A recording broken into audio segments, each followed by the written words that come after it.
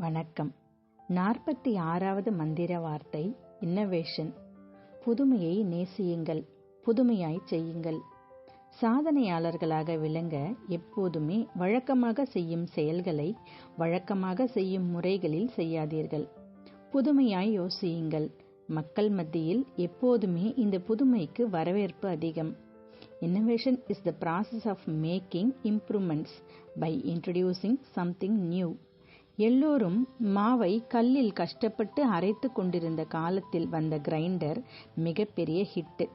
Mixie, camera, video, cycle, bike, கப்பல், ரயில் என்று எந்த கண்டுபிடிப்புகளை எடுத்துக்கொண்டாலும் அது அறிமுகப்படுத்தப்படும் போது மிக புதுமையாய் இருக்கும்.